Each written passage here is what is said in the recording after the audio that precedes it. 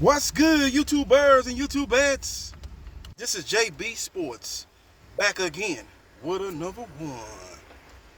Big fight this Saturday night in the junior welterweight division, featuring the number one junior welterweight.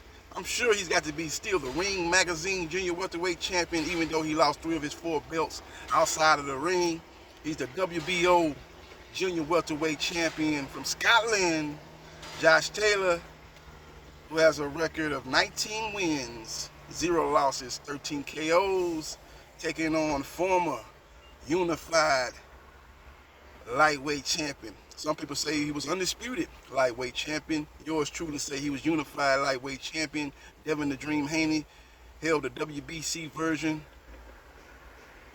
of the lightweight title, while he held on to the franchise version of the WBC lightweight title. He held titles in the WBA, WBO, and IBF. Former unified lightweight champion Teofimo Lopez, aka Mr. Takeover. Now, I see a lot of people out here in these YouTube street misrepresenting this fight. They saying this is going to be a one-way traffic, that Teofimo Lopez is going to get exposed and dominated by Josh Taylor.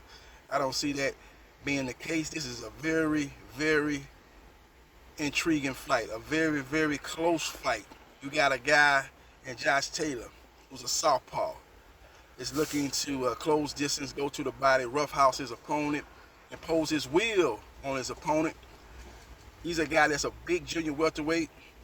Sometimes I think he gives away his height, but it has paid dividends for him, as he has suffered no losses inside that square circle as a professional, taking on Teofimo Lopez, who's a sharpshooter, a very good counter puncher. Got a little bit of James Tony on him, as he's able to fight effectively off the ropes. He's got a good right hand. He's got a pretty good check left hook, but the right hand is his money shot. But he's a guy that needs to be able to have distance, control distance, where he can get extensions on his shots, because he's a guy that, unlike at 135 when he had the one hitter quitter, he's more of an accumulation power puncher at 140. He has not displayed the same power at 140 that he's had when he was fighting at 135. So we will see what happens, and we will see what transpires. Now, Josh Taylor is a poor man's Errol Spence Jr. I mean no disrespect to Josh Taylor. I mean that his fighting style is similar to Errol Spence Jr. He's a guy that's a great body attacker. He goes to the body extremely well. Now, he doesn't use his jab enough, in my opinion, but he kind of uses his jab as his range finder to close distance, and he's able to close distance very, very effectively. He don't have the fastest feet, but he has very fundamentally sound feet. He's a guy that's a little bit more athletic than a lot of people give him credit for, but like I said, his style is similar to Errol Spence Jr. Just Errol Spence Jr. is a little bit more athletic. Errol Spence Jr. has more power, and Errol Spence Jr. is just a naturally bigger guy, but his style is very, very similar to Errol Spence Jr. Now, this fight is a very good matchup as far as stylistic matchup. You got the pressure fighter fighting the counter puncher. Now, Teofimo Lopez is going to need to get Josh Taylor's respect, and the way he gets his respect is by landing the right hand. He's got to be able to make Josh Taylor a little bit more hesitant to close distance. If he's able to do that, then he'll have a good chance to get his hands raised at the end of the day. So we will see what happens, and we will see what transpires. Josh Taylor needs to just be Josh Taylor. Say, I'm just a naturally bigger guy. You know, you don't really have the power you had at 135. I'm going to walk you down, and I'm going to basically dog walk you. I'm going to come forward, and I'm going to get you against the ropes. You might land good shots here and there, but my volume and my activity eventually is going to wear you down, and I'm eventually going to end up stopping you or win a unanimous decision over Teofimo Lopez. Now, he was able to get the decision win over Regis Prograis. Now, Regis Prograis is considered, at the time that he fought Prograis, as a much better fighter than what we've seen at Teofimo Lopez at 140. And Josh Taylor was able to get the victory over him. That was a very, very close fight. I believe it was a split decision or a close decision win for Josh Taylor. Some people even thought Regis Prograis should have got the decision. But he was fighting Josh Taylor over there in the UK. So you know how they go. When you're fighting a guy in his home country, you've got to win decisively. If it's any kind of close competitive fight, there's a chance you will not get the dub, and that's what happened with the Regis Prograis, as he did not get the victory versus Josh Taylor over there in the UK. So we will see what happens, and we will see what transpires. Now, we need the Teofimo Lopez to show up that fought Richard Comey. Now, Richard Comey was able to get some good work done before Teofimo Lopez landed that right hand and basically put Richard Comey on Queer Street. Comey was pretty much done after that, and Teofimo Lopez was able to get the stoppage over Richard Comey. Nobody had ever done that to Richard Comey prior to the Teofimo Lopez fight. His previous losses were very disputed, competitive losses. Teofimo Lopez was the only guy to not let it go to the judges, as he was able to stop Richard Comey early in that fight. I believe it was the third round in that fight. He was able to get the KO victory. So we will see what happens, and we will see what transpires. I like Josh Taylor to win this fight. I just think that he's the naturally bigger guy. I think Teofimo Lopez not having the power he had at 135. He was able to have that power at 135, then he had at 140. I think he could get Josh Taylor up out of there in the second half of the fight. But I don't think he has that type of power. I think he's got to rely on accumulation and possibly stopping his opponent later. I don't see that being the case with Josh Taylor, who has a real good chin. He's been in there with Regis Prograis, who is a harder puncher, especially at 140 than Teofimo Lopez. He was able to, navigate his way through that fight and come out on top. I think he'll be able to do the same with a guy that's coming up from 135 that doesn't possess the power or the versatility of a Regis Prograis. So we will see what happens, and we will see what transpires. I got Josh Taylor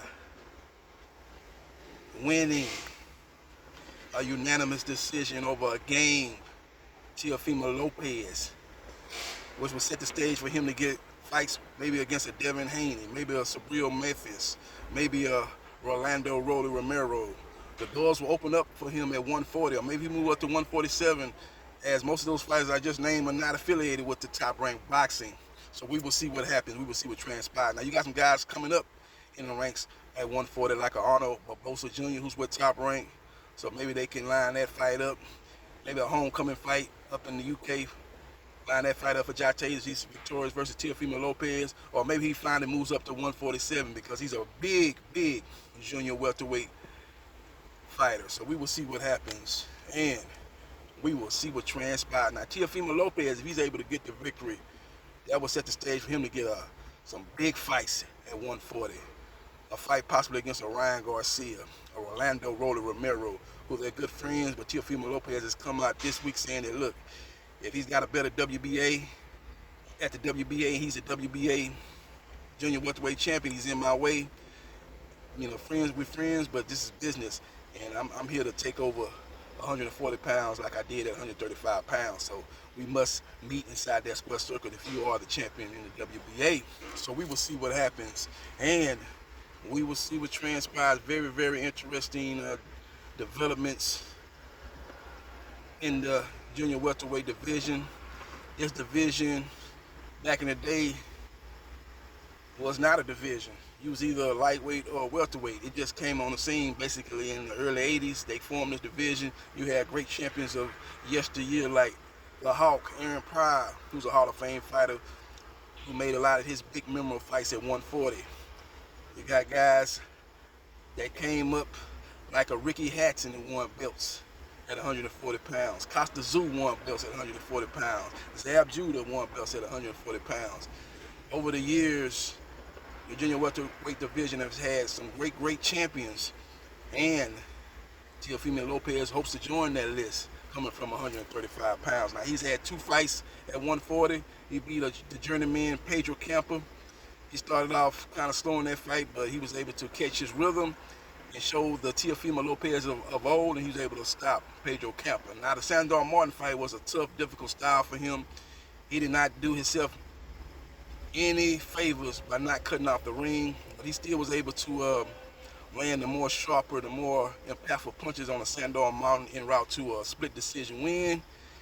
I think this fight with Josh Taylor is a better stylistic matchup for Teofimo Lopez, and I think he'll be able to get some things done that he was not able to get done in his last fight due to the style of Sandor Martin. So we will see what happens, and we will see what transpires. But I like Josh Taylor in a very, very competitive fight. 115, 113, 7 rounds to 5. Unanimous decision win.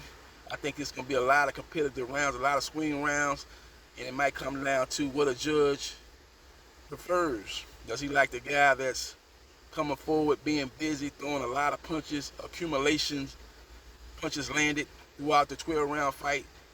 Or do you like the guy that's the sharpshooter, the guy that's landing the more cleaner shots, maybe the more effective shots, the shots that's doing the more damage, but basically not putting any combination together, basically catching you with the right hand and basically a pot shot from the outside, not putting punches together. That could ultimately cost Teofimo Lopez when you're fighting a guy that's got the activity rate of a Josh Taylor. Again, like I said earlier in this video, he reminds me of Errol Spence Jr. His style is very similar to Errol Spence Jr. It's just that Errol Spence Jr. is a more athletic version of a Josh Taylor. So we will see what happens, and we will see what transpires. Again, with Errol Spence Jr., he's a more athletic version, but he can fight off the back foot too. He can box too and control his opponent with the jab. I've never seen Josh Taylor do that. I'm just saying, as far as coming forward, looking to bring the pressure, Josh Taylor's style is very similar to Errol Spence Jr. It's just Errol Spence Jr. is more athletic, and he's a more versatile fighter as he's able to fight not only that way, but fight on the back foot and control his opponent with the jab, straight left hand. And when you try to engage with him, he's able to go in the high guard and stifle your offense, that type of style that I haven't seen from a Josh Taylor. So we will see what happens, and we will see what transpires. Let me know your thoughts on who you think you're going to win this particular matchup between Teofimo Lopez and Josh Taylor. Let me know in the comment section. Follow me on Facebook, Gerard Briscoe. Like, share, and subscribe to JB Sports, the man, the myth, the legend, and I holla.